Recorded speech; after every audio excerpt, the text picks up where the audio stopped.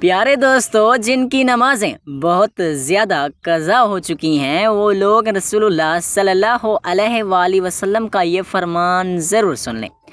فرمایا یہ تسبیح حضرت جبرائیل کی ہے، جو بھی یہ تسبیح پڑھے گا اللہ تعالیٰ اس کی قضا نمازیں ادا تصور فرمائے گا، اور گناہ کبیرہ جیسے بھی ہوں اللہ معاف فرمائے گا۔ وہ تسبیح یہ ہے: بسم اللہ الرحمن الرحیم۔ حضرت جبرائیل علیہ السلام رسول اللہ صلی اللہ علیہ وآلہ وسلم کی خدمت میں حاضر ہوئے اور عرض کیا کہ محمد صلی اللہ علیہ وآلہ وسلم، آپ کی امت میں جو شخص اپنی زندگی میں صرف ایک بار یہ مقدس کلمات پڑھ لے گا، اللہ تعالیٰ اس کے تمام گناہ یوں معاف فرما دے گا گویا اس نے کبھی گناہ کیے ہی نہیں تھے۔ قیامت کے دن اس کا چہرہ اللہ کے برگزیدہ بندوں کی طرح روشن ہوگا۔ لوگ حیران ہو کر کہیں گے یہ کوئی نبی ہے یا کوئی مقرب فرشتہ؟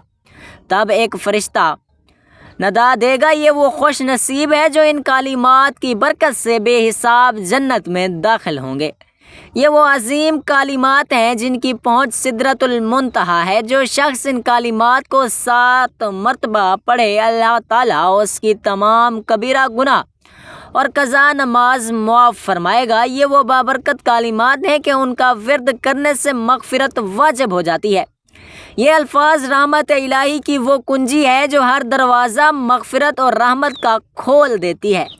ناظرین، رسول اللہ صلی اللہ علیہ وآلہ وسلم نے فرمایا، جب حضرت موسیٰ علیہ السلام کی عمر کے دن پورے ہوئے تو ایک روز راستے میں جا رہے تھے، ملک الموت حضرت عزرائیل علیہ السلام سے ملاقات ہوئی۔ سلام کیا، سلام کا جواب ملا۔ پوچھا تو کون ہے؟ کہا ملک الموت۔ اس وقت حضرت موسیٰ علیہ السلام شوق اور اشتیاق میں تھے۔ ملک الموت کے چہرے پر ایسا تھپڑ مارا کہ وہ سامنے سے بھاگ گیا اور کہا میں پھر آؤں گا۔ ملک الموت نے اپنے مقام پر آ کر سجدہ کیا اور عرض کیا کہ پروردگار، آپ نے مجھے ایسے شخص کے پاس بھیجا تھا کہ اگر میں بھاگ نہ جاتا تو ہلاک ہو جاتا۔ اسی وقت خطاب ہوا کہ یہ اس لیے تھا تاکہ تجھے معلوم ہو جائے کہ ہمارے اور ہمارے محبوبوں کے مابین غیر کو دخل نہیں، صرف ہم جانتے ہیں یا ہمارے دوست۔ دوسرے روز حضرت موسیٰ علیہ السلام نماز ادا کر کے قبلہ رخ بیت المقدس میں بیٹھے تھے کہ حضرت عزرائیل علیہ السلام نے آ کر سلام عرض کیا اور کہا پروردگار عالم آپ کی ملاقات کا مشتاق ہے۔ حضرت موسیٰ علیہ السلام نے فرمایا لبیک، تو ملک الموت نے آپ کی روح قبض کر لی۔ ناظرین، جب کسی کی موت کا وقت قریب ہو تو اس کا منہ دائیں پہلو پر لٹاتے ہوئے قبلے کی جانب کر دیا جائے اور اسے شہادتین کی تلقین کی جائے، یعنی اس کے سامنے کلمہ شریف پڑھا جائے تاکہ وہ بھی پڑھے، اور جب وہ فوت ہو جائے تو اس کے جبڑے باندھ دیں اور آنکھیں بند کر دیں۔ جب اسے غسل دینے لگیں تو اسے تختے پر رکھیں اور اس کی شرمگاہ پر کوئی کپڑا ڈال دیں اور اس کے باقی کپڑے اتار لیں۔ اسے وضو کرائیں، لیکن نہ تو اسے کلی کرائیں اور نہ ہی ناک میں پانی ڈالیں۔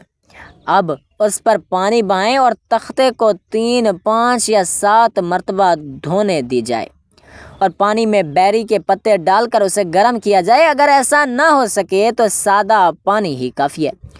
اور گل خیر ایک قسم کی گھاس ہے، اس کے ساتھ اس کے سر اور داڑھی کو دھویا جائے، پھر اسے بائیں جانب پہلو کے بل لٹایا جائے۔ اب اسے پانی اور بیری کے پتوں کے ساتھ غسل دیا جائے گا، یہاں تک کہ دیکھا جائے گا کہ وہ چیز جو میت کے ساتھ نیچے کی طرف متصل ہے، ملی ہوئی ہے، اس تک پانی پہنچ گیا ہے یا نہیں۔ پھر اسے کسی چیز کے ساتھ سہارا دیتے ہوئے بٹھا دیں گے اور اس کے پیٹ کو آہستہ آہستہ ملیں گے تاکہ اگر اس سے کچھ خارج ہو تو وہ اسے دھو ڈالیں، اور اسے غسل دوبارہ نہیں دیں گے۔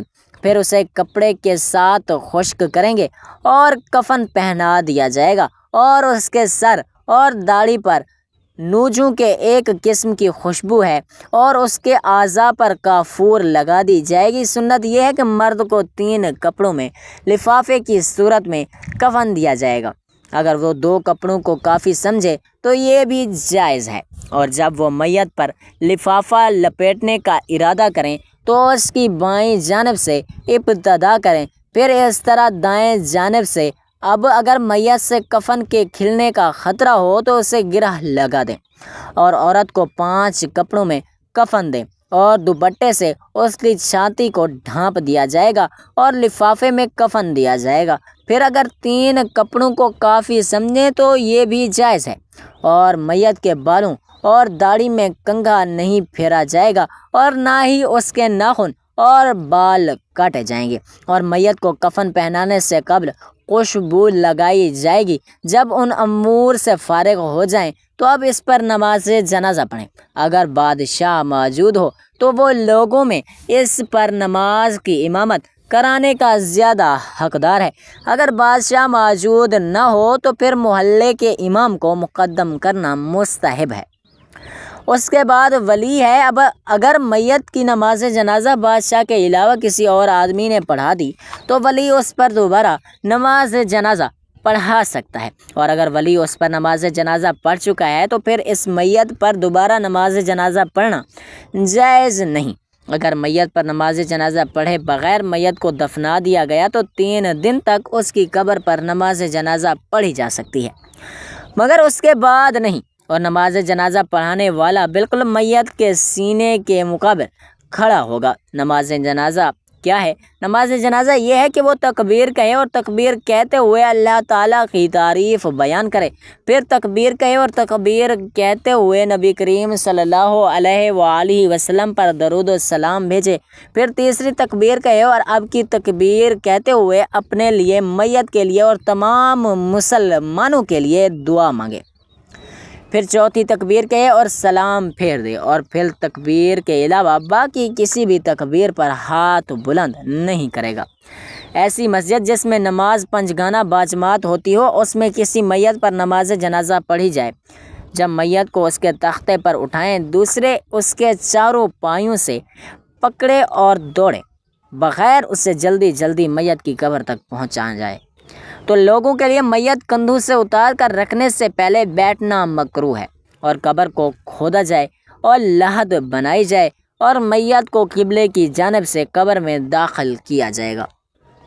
جب میت کو لحد میں رکھا جا رہا ہو تو آدمی جو اسے رکھ رہا ہو قبر میں اتارنے کی دعا کہے، میت کی گرہ قبلے کی جانب کر دے اور کفن کی گرہ کھول دی جائے اور اس کی لحد پر کچی اینٹیں چن دی جائیں گی، اور پکی اینٹیں اور لکڑی کے تختے لگانا مکروہ ہے۔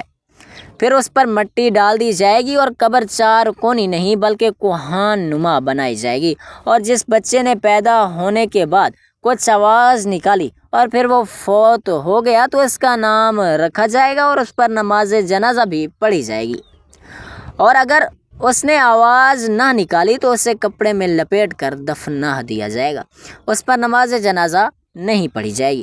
امام حاکم اس روایت کو صحیح بتاتے ہیں کہ مسند احمد میں بھی اس مضمون کی ایک حدیث ہے۔ ایک صحابی سے کسی نے کہا کہ کوئی ایسی حدیث سنا دو جو تم نے خود رسول اللہ صلی اللہ علیہ وآلہ وسلم سے سنی ہو۔ فرمایا، میں تمہیں ایک بہت ہی عمدہ حدیث سناتا ہوں۔ ہم نے حضور نبی کریم صلی اللہ علیہ وآلہ وسلم کے ساتھ ایک مرتبہ ناشتہ کیا۔ ہمارے ساتھ ابو عبیدہ بن جراح رضی اللہ تعالیٰ عنہ بھی تھے۔ انہوں نے کہا، یا رسول اللہ صلی اللہ علیہ وآلہ وسلم، کیا ہم سے بہتر بھی کوئی اور ہے اور ہم آپ پر اسلام لائے، آپ کے ساتھ جہاد کیا؟ آپ نے فرمایا، ہاں، وہ لوگ جو تمہارے بعد آئیں گے مجھ پر ایمان لائیں گے حالانکہ انہوں نے مجھے دیکھا بھی نہ ہوگا۔ عذاب قبر کے 3 حصے ہیں: 1/3 عذاب پیشاب زنا سے رکنے، 1/3 غیبت کے سبب، 1/3 چغل خوری کے سبب ہوتا ہے۔ حضرت ابو ہریرہ رضی اللہ تعالیٰ عنہ بیان کرتے ہیں کہ رسول اللہ صلی اللہ علیہ وآلہ وسلم نے فرمایا کہ اللہ تعالیٰ فرماتا ہے، جو میرے کسی ولی سے دشمنی رکھے میں اس کے خلاف اعلان جنگ کرتا ہوں۔ جن چیزوں کے ذریعے بندہ میرا قرب حاصل کرتا ہے ان میں سب سے زیادہ پسندیدہ چیز میرے نزدیک فرائض ہیں، اور میرا بندہ نوافل کے ذریعے میرا قرب حاصل کرتا رہتا ہے، یہاں تک کہ میں اس سے محبت کرنے لگتا ہوں، اور جب میں اس سے محبت کرتا ہوں تو اس کی سماعت بن جاتا ہوں جس کے ساتھ وہ سنتا ہے، اور اس کی بصارت بن جاتا ہوں جس کے ساتھ وہ دیکھتا ہے، اور اس کا ہاتھ بن جاتا ہوں جس کے ساتھ وہ پکڑتا ہے، اس کے پاؤں بن جاتا ہوں جس کے ساتھ وہ چلتا ہے۔ اگر وہ مجھ سے سوال کرے تو میں ضرور اسے عطا کروں، اور اگر وہ میری پناہ پکڑ لے تو میں ضرور اس سے پناہ دیتا ہوں۔ حضرت بریدہ رضی اللہ تعالیٰ عنہ بیان کرتے ہیں کہ رسول اللہ صلی اللہ علیہ وآلہ وسلم نے صبح ہوئی تو حضرت بلال رضی اللہ تعالیٰ عنہ کو بلایا اور فرمایا کہ تم کس وجہ سے جنت میں مجھ پر سبقت لے گئے؟ میں جنت میں داخل ہوا مگر اپنے آگے تمہارے قدموں کی آواز سنی۔ عرض کیا، یا رسول اللہ صلی اللہ علیہ وآلہ وسلم، میں جب بھی اذان پڑھتا ہوں تو اس کے بعد 2 رکعتیں ادا کرتا ہوں، اور جب بھی بے وضو ہوتا ہوں تو فوراً وضو کرتا ہوں، اور میں نے سمجھ رکھا تھا کہ مجھ پر اللہ کی طرف سے 2 رکعتیں لازم ہیں۔ تب رسول اللہ صلی اللہ علیہ وآلہ وسلم نے فرمایا، ان 2 رکعتوں کے سبب تمہیں ایک مقام ملا ہے۔ روایت میں ہے کہ اللہ تعالیٰ نے ایک ایسا فرشتہ پیدا کیا ہے کہ اس کے بزرگی اور ہیبت کو خدا ہی جانتا ہے۔ اس کا نام حابیل ہے اور وہ روشنی پر موکل ہے۔ اس فرشتے نے 2 ہاتھ پھیلا رکھے ہیں، ایک مشرق میں اور دوسرا مغرب میں، اور لا الہ الا اللہ محمد الرسول اللہ کی تسبیح پڑھتا ہے۔ مشرق والے ہاتھ سے روشنی دیتا ہے اور مغرب والے ہاتھ سے تاریکی۔ اگر روشنی کو ہاتھ سے چھو دے تو سارا جہان تاریک ہو جائے گا اور کبھی دن نہ آئے گا۔ ایک تختی لٹکی ہوئی ہے جس پر سیاہ سفید لکیریں کھینچی ہوئی ہیں، وہ دیکھ کر روشنی کبھی زیادہ کرتا ہے اور کبھی کم۔ جب زیادہ کرتا ہے تو روشنی ہو جاتی ہے، اور جب کم کرتا ہے تو تاریکی چھا جاتی ہے۔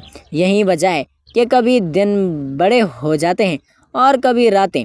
بعد ازاں اسی موقع پر فرمایا کہ اللہ تعالیٰ نے ایک اور فرشتہ اس قدر ہیبت والا بنایا، اس کا ایک ہاتھ آسمان میں ہے اور دوسرا زمین میں۔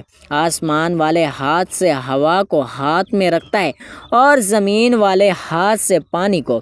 اگر پانی کو ہاتھ سے چھوڑ دے تو سارا جہان غرق ہو جائے، اگر ہوا کو چھوڑ دے تو سارا جہان تہہ و بالا ہو جائے۔ بعد ازاں اسی موقع کے مناسب فرمایا کہ اللہ تعالیٰ نے کوہ کاف پیدا کیا جو اتنا بڑا ہے کہ تمام دنیا کے گرد پھیلا ہوا ہے اور دنیا مافیا کے اندر ہے۔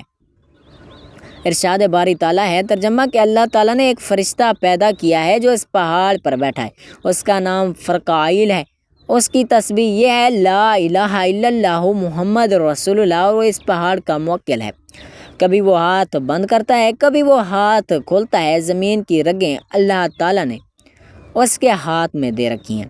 جب اللہ تعالیٰ زمین کو تنگ کرنا چاہتا ہے تو فرشتوں کو رگیں کھینچنے کا حکم دیتا ہے، جس سے چشمے خشک ہو جاتے ہیں اور نباتات نہیں اگتی۔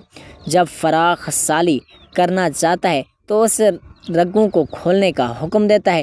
جب خلقت کو ڈرانا چاہتا ہے تو رگوں کو ہلانے کا حکم دیتا ہے، جسے زلزلہ کہتے ہیں۔ بس جب حکم ہوتا ہے تو زمین ہلتی ہے۔ اسرار العارفین میں یوں لکھا ہے کہ اللہ تعالیٰ نے اس پہاڑ کو 40 دن کے برابر بنایا ہے۔ ہر جہان میں اس کے 400 حصے ہیں، ہر ایک حصہ اس دنیا سے 4 گنا بڑا ہے۔ اس پہاڑ کے پیچھے کوئی تاریکی نہیں اور نہ ہی وہاں رات ہوتی ہے، اور وہاں کی زمین سونے کی ہے، اور وہاں کے رہنے والے فرشتے ہیں، نہ آدم نہ شیطان نہ بہشت نہ دوزخ سے۔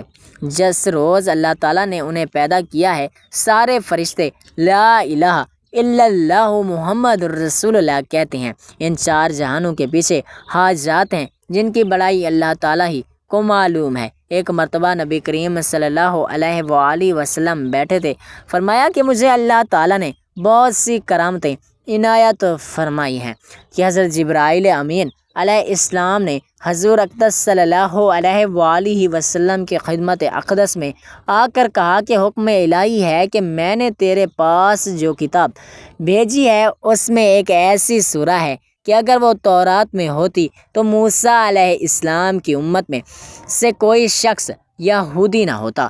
ایسی صورت ہے اگر وہ انجیل میں ہوتی تو کوئی عیسائی بت پرست نہ ہوتا۔ اگر زبور میں ہوتی تو کوئی شخص داؤد علیہ السلام کی امت میں سے آتش پرست نہ بنتا۔ اس واسطے یہ صورت بھیجی گئی ہے تاکہ اس کی برکت کے بعد تیری امت اللہ تعالیٰ سے مدد حاصل کرے اور قیامت کے دن دوزخ کے عذاب سے خلاصی پائے۔ حضرت محمد مصطفیٰ صلی اللہ علیہ وآلہ وسلم نے پوچھا وہ کون سی سورہ ہے؟ فرمایا کہ وہ سورۃ الفاتحہ ہے۔ جبرائیل علیہ السلام نے کہا مجھے اس خدا کی قسم جس نے آپ صلی اللہ علیہ وآلہ وسلم کو پیغمبر بنا کر بھیجا، اگر روئے زمین کے دریا سیاہی اور تمام درخت قلم بن جائیں اور ساتوں آسمان اور ساتوں زمین کاغذ ہو جائیں اور ابتدائے عالم سے لے کر سب فرشتے اور آدمی اس کے فضائل لکھتے رہیں تو اس کی ایک فضیلت بھی نہ لکھ سکیں گے۔ پڑھنے والا یہ سمجھے گا کہ اس کی ماں نے اسے آج ہی جنا ہے۔ حضرت جبرائیل علیہ السلام نے رسول اللہ صلی اللہ علیہ وآلہ وسلم سے فرمایا اے محمد صلی اللہ علیہ وآلہ وسلم، آپ کی امت میں سے جو شخص اپنی زندگی میں ایک مرتبہ یہ کلمات پڑھ کر دعا کرے وہ یہ سمجھے اس نے گناہ کیے ہی نہیں، قیامت کے دن اس کا چہرہ صدیقین یا اولیاء اللہ کی مانند روشن ہوگا۔ لوگ سمجھیں گے یہ کوئی نبی یا کوئی فرشتہ ہے اور ایک فرشتہ اعلان کرے گا کہ یہ بندہ بے حساب اور عذاب جنت میں داخل ہوگا۔ یہ کلمات ایسے برکت والے ہیں یا اگر پانی پر پڑھ لیے جائیں تو آگ جل جائے، زمین پر پڑھ لیے جائیں تو اپنے اندر کے محفوظ خزانے ظاہر کر دے۔ جو ان کلمات کو 7 مرتبہ پڑھے گا اللہ تعالیٰ اس کی تمام قضا نمازیں معاف فرما دے گا۔ یہ وہ عظیم کلمات ہیں جو شب معراج میں حضرت جبرائیل علیہ السلام نے حضور اقدس صلی اللہ علیہ وآلہ وسلم کو بتائے تھے۔ وہ کلمات یہ ہیں لا الہ الا اللہ الملک الحق المبین، لا الہ الا اللہ الا انت سبحانک انی کنت من الظالمین، لا الہ الا اللہ وحدہ لا شریک لہ الحمد۔ محترم ناظرین، یہ حدیث میں نے تلاش نہیں کی، ملی۔ یہ اولیاء اللہ فقہاء علماء کرام کا وظیفہ ہے۔